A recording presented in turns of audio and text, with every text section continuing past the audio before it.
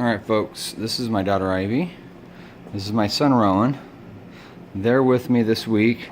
I'm in the shop. John A., you asked a tour, video tour of the shop as what I've got put together at this point. There used to be a blasting cabinet sat underneath that before I moved out of here initially.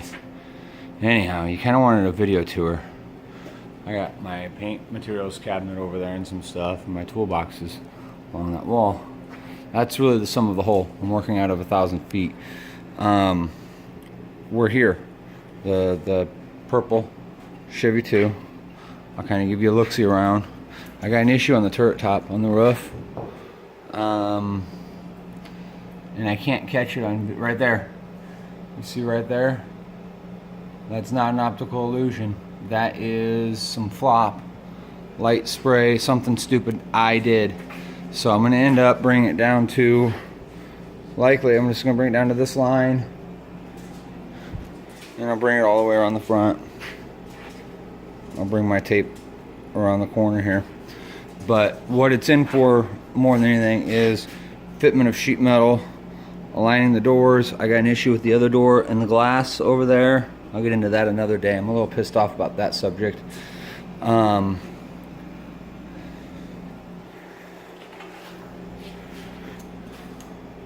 Give you guys a little look at it. It's a full frame car now. It's not a unibody. And they fitted all this sheet metal, so I have to line everything up. And then we're going to flat sand it and polish it within a ½ inch of its life. Repair my bad paint work up here. Alright, I'm going to hand this over to Rowan, and he's going to follow me. We're going to make about a 10-minute video on the subject of wet sanding. Alright, son. Alright, folks, I'm going to grab a smoke and we're going to get into this.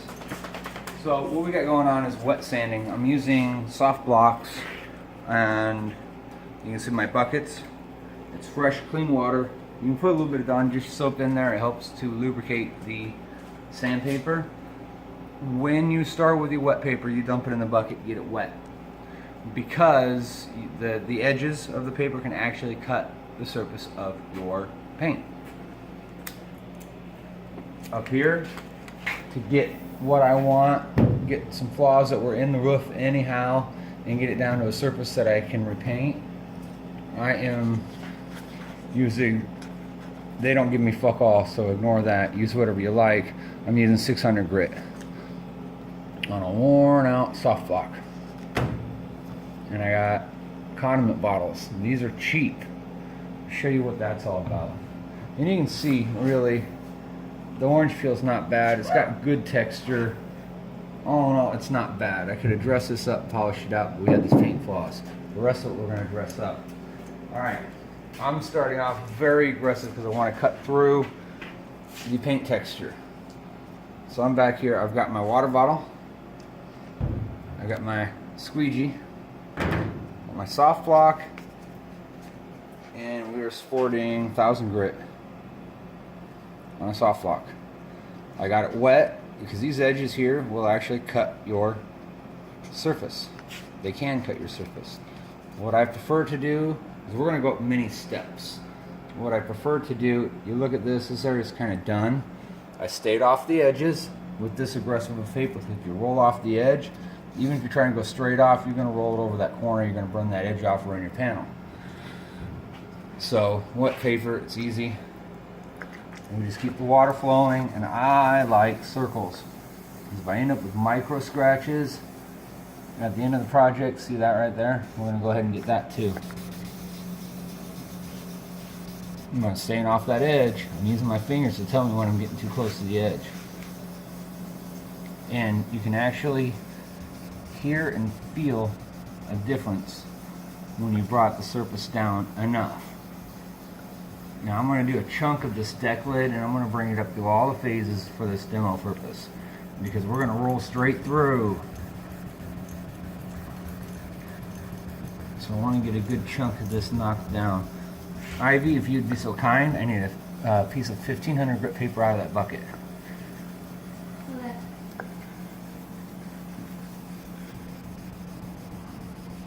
I stop swirling in circles when I get to that edge because I don't want I don't really want to do this. I almost want to do like your blocking. And I don't want to take it right to the edge with 1500. Got it. Awesome. Just set it there above where I'm sanding. Alright, we're going to take a squeegee and look at what we've got going on now. I wiped this panel down, got the dust and particulates off of it. If your block ever starts making the zipper noise as you're sanding, you've got dirt trapped between your block and your painted surface. You're destroying the paint job. You stop, you rinse everything off. You inspect your sandpaper. If it's got crap embedded in it, you switch what face you're using on the sandpaper, or you throw the whole damn thing away. Now see, we got specks of trash here and there. We got some paint texture here and there. When I initially did this and showed pictures, I put this at about a C+ or a B paint job. It wasn't going to be dramatically great. The owner changed his mind. All the difference is, and I got a lot more trash than I wanted in this paint. The difference is wet sanding and polishing, and the degree of on which you wet sand and polish. So I got some pretty large speckles there. I'm going to go ahead and hit them one more time. I want to knock those most of the way out. If you're asking, what the hell are you sanding on? How do you know, I painted this so I know what material's on it and know how much. I put a medium solids clear coat on this car. If you want to know more about the products, I'll tell you about it. It's I can tell you about them. Just message me, find me on Facebook. It's easier that way. So I'm gonna knock off. I would do this whole deck lid and then I'd switch. Actually, I'd do the whole car and then I'd switch. But we're doing a demo. It's a polyester base coat. It's got an epoxy prior to painting. I went wet on wet with it, if I recall. God, I have to go back to the photos. This one I may not have went wet on wet. Usually I do on a driver quality. But water, you want to keep the water flowing. You want to keep the water on the panel. You notice how I'm coming up short of the corners and edges. They will polish out just fine. If you have a real problematic area, then you go back and address it specifically. Very personalized service on the corners and edges. You notice my arm's on here, but I'm not leaning on it. I'm not putting my body weight into it. It's just more of a stabilizing factor for me.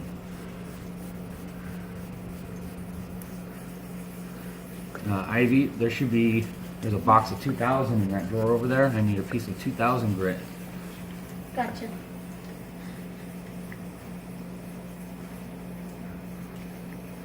I can tell, I can feel in this when I go out the area that I've hit with 1000 already.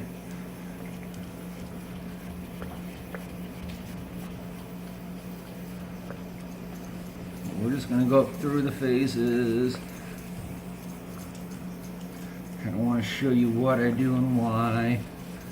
I've done enough of these at this point. I won't tell you I'm an authority, but what I do works for me and it makes my customers happy.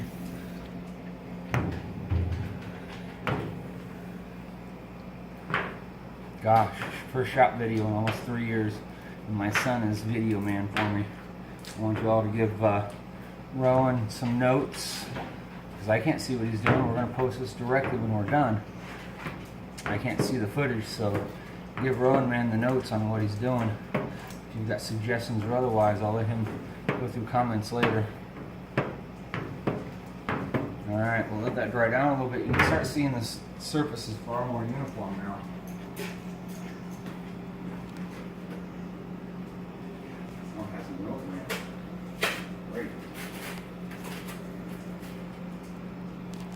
So, right in this area, there were some speckles. Now if I get a little closer, you can see no more speckles.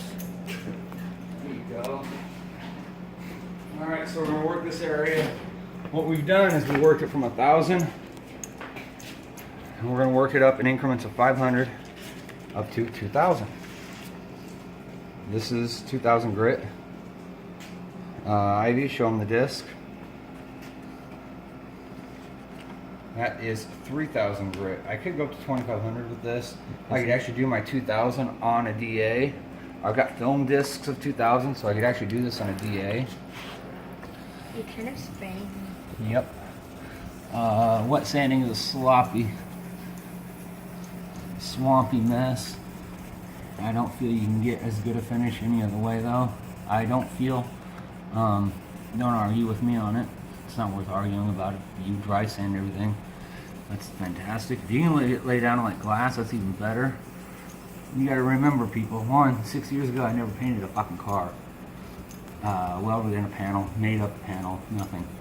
And 2, my primary virtues are in metal work, metal finish, metal fabricating, anything sheet metal related.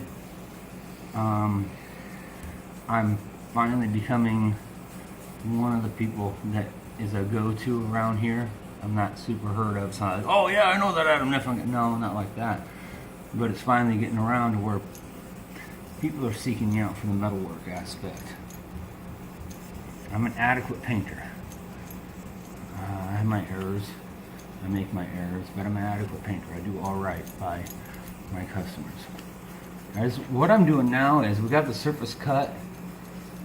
I'm taking out the 1500 grit scratches. The 1500, I was taking out the 1000 grit scratches. There's plenty of clear on this. I hammered it down real well. Some of the orange peelies actually where it pinched up on me. I think I had mill build too high in some areas. And actually it starts skinning over, and then what's underneath, if you somehow stave off solvent, I was half a step away from really bad solvent pop in some areas. I somehow managed to avoid bad solvent pop, but basically it skinned over, and as everything underneath it cured, it sucked that surface up, and it pinched it up. At least that's what I'm brought to understand through discussing these products with other people who use them and my own observations. Alright, Ivy, fill this up. Hand me disc.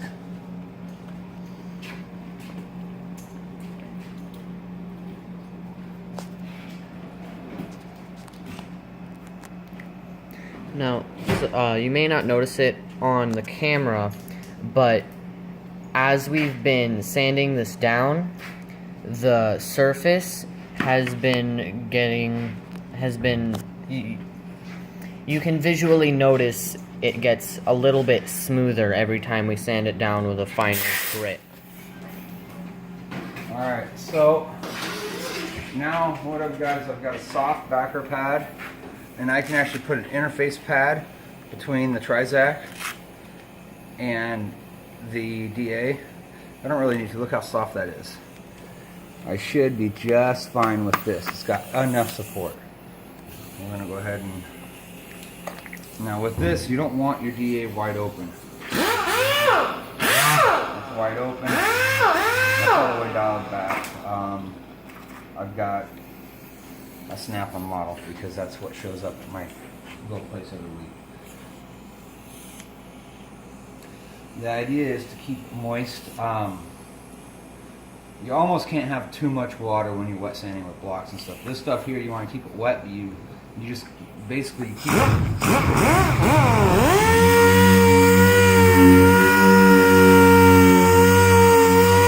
Treat it just like hand blocking.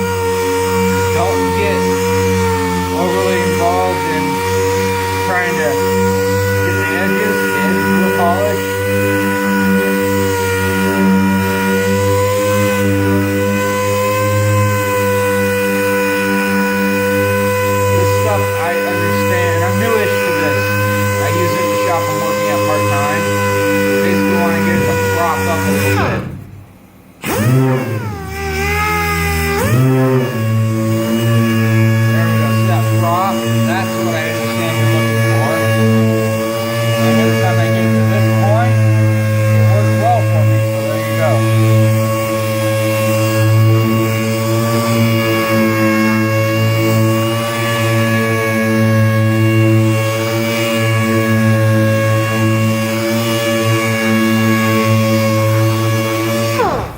Have to go off the edge of a panel, just like when you're polishing.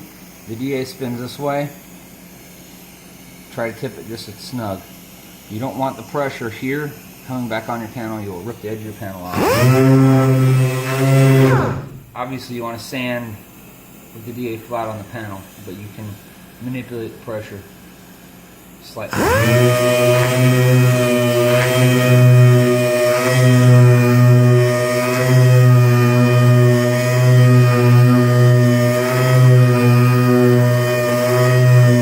When you're doing this, you want to make sure your hose is free of jagged trash.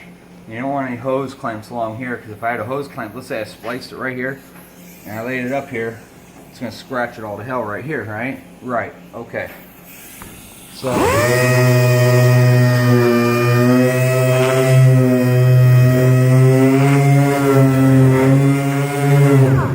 that's the sum of the hole.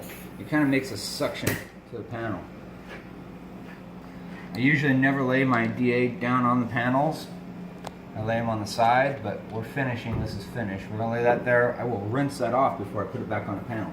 It will not touch a panel without being cleaned off. You want to make sure all your tools are clean, free of debris. Even just a speck of dust can make a hell of a screech across your panel when it starts getting to this level of finish. The idea is we're going to come in and use very little polishing product to finish this panel out. I'm going to dry the adjacent area here in a second, and then I'm going to put a polisher on it. Ivy, would you get me the red cord over here? Red what? Cord. Cord? Cord.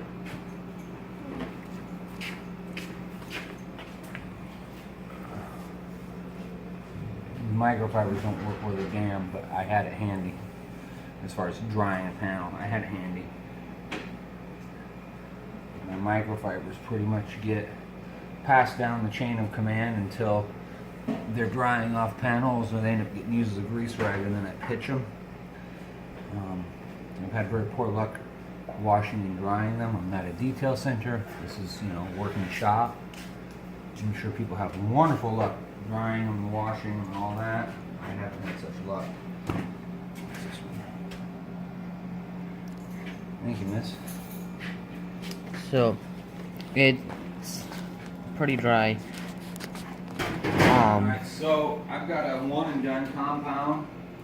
Again, any of these products you want to know about, I'll give you my assessment on and what they are, who they're from. They don't endorse me. They don't give me any fucking money. They don't give me any money. They're not sponsors. These are products I've found that work either the best for me or best bang for buck. Or, there's various reasons and rationales here. So we'll go down to, I can go as full as foam or as wool or an aggressive foam pad. This is a pretty aggressive foam pad. I really like it. With the materials I'm using right now, this usually does the trick. These are my cutting pads. I've got a whole stand built for detailing. These are my more finish type pads. And we are going to use a stick to clean the foam off so I don't have any debris from the El Camino we did on this panel. Now, after using a 3000 grit, you can see that when you come to the edge of where you're sanding, there's not that much of a difference in the coloration or Sheen. You're looking for the word sheen, my dear boy. sheen, yeah. Alright, this is your standard rotary buffer, folks. I like this brand. It works well for me. I've had it for several years now. It goes spinny, spinny. Back here you've got a dial. Typically I'm cutting between 2 and 3 on that dial. I don't go above that. I'm going to start this at about 2.5 to cut this panel. This is considered cutting. We'll shake up the product in question, put a glob of it, and see how far we can sling it. It's a fun little game I like to play with the kids standing here.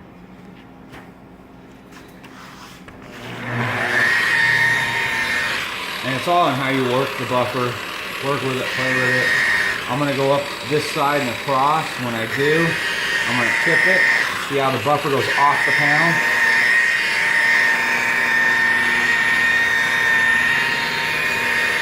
I don't want to tip it this way and drag it back on the panel. That's how you cut edges and learn paint.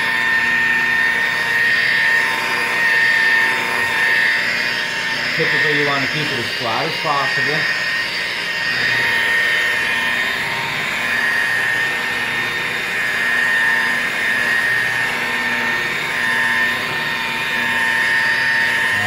Mentor of mine was explaining to me just not a couple weeks ago.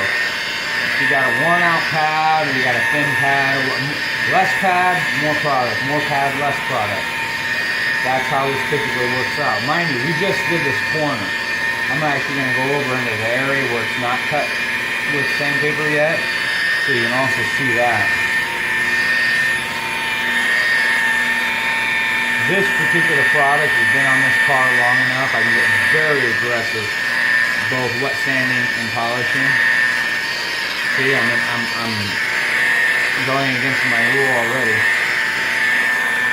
I know what these products can do, and I know what I can do with these products. And I may have some minor detailing on the edge of this trunk lid that I gotta come back and do by hand. Now let's get it cut. Get it coming back up through the steps. This is supposed to be a magic bullet compound, and I haven't done it on freshly sanded. I've come back on already polished ones, already cut, and needing a final finish. So that's an aggressive, not the most, but an aggressive pad. And you can see down here where I polished, where I didn't wet sand, it's actually almost a different color.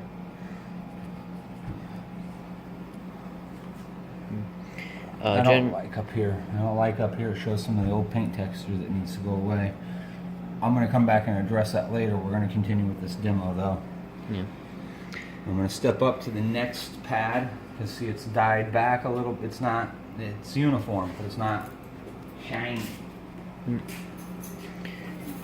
General rule of thumb when you're buffing is you don't want to keep the buffing pad in one spot too long, otherwise you're going to burn through the paint because you're still taking material off of the car. Wow. You hear that, folks? He listened. He listened to me. I'm so proud. Alright, this is the next step up. This is a polishing pad. Like I said, this is supposed to be a magic bullet compound. I'm going to try it. I maybe should have started off with wool.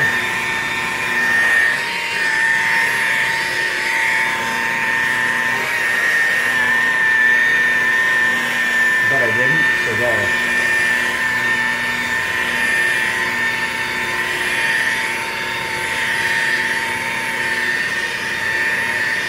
I've got another favorite compound. I just ran out and my supplier hasn't got any more in. It's a two-step.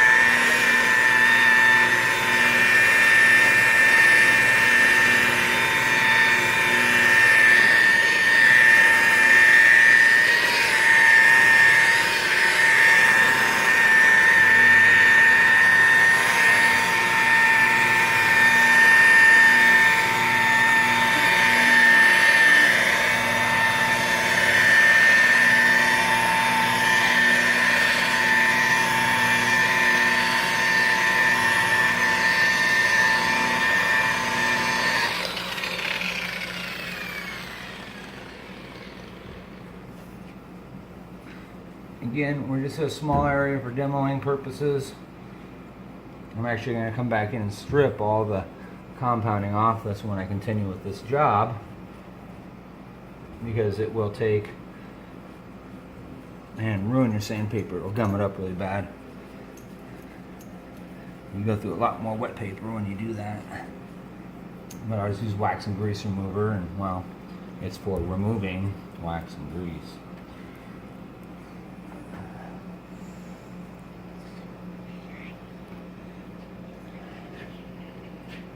But you can see where it's coming back to us. And we're under fluorescent lights, so that lies a little bit. Show you things that don't belong there, that don't exist there. You can see the line of sheen is fading. Doesn't seem to be there anymore. And if you look, you can see a perfect reflection off that light over our heads versus over in here where it's choppy. That's normal texture. That's not bad texture there. This is what he wants. That was a lot of product for this pad.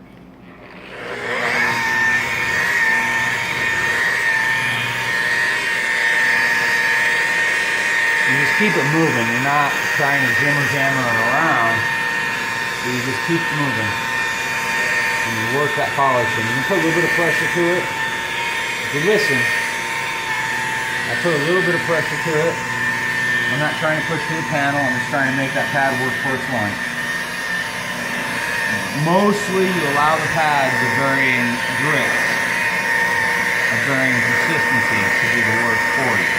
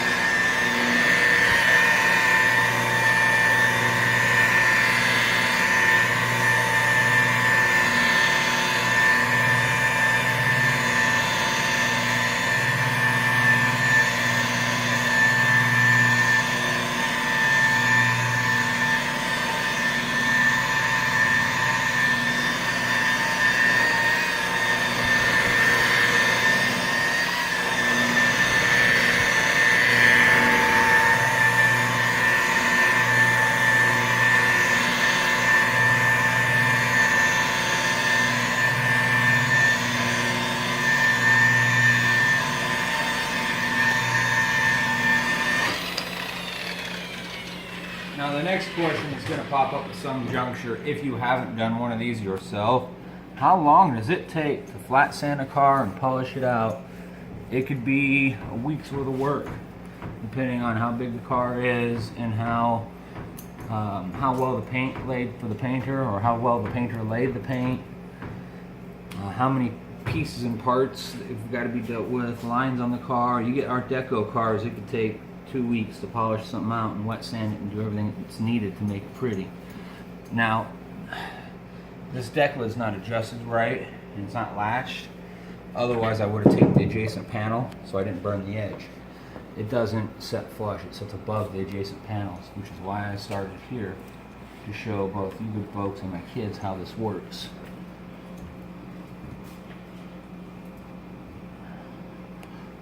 There you go, that's a flawless finish. And then I can use one more quick swoop with a bonnet before it leaves, or wipe down with a quick detail, something of that nature. Alright, that's it. But yeah, you can see me, you can see that light. Now let's follow that light. See? That's not been wet sanded in those areas yet. Let's follow it up. The clarity's a lot different. There you go.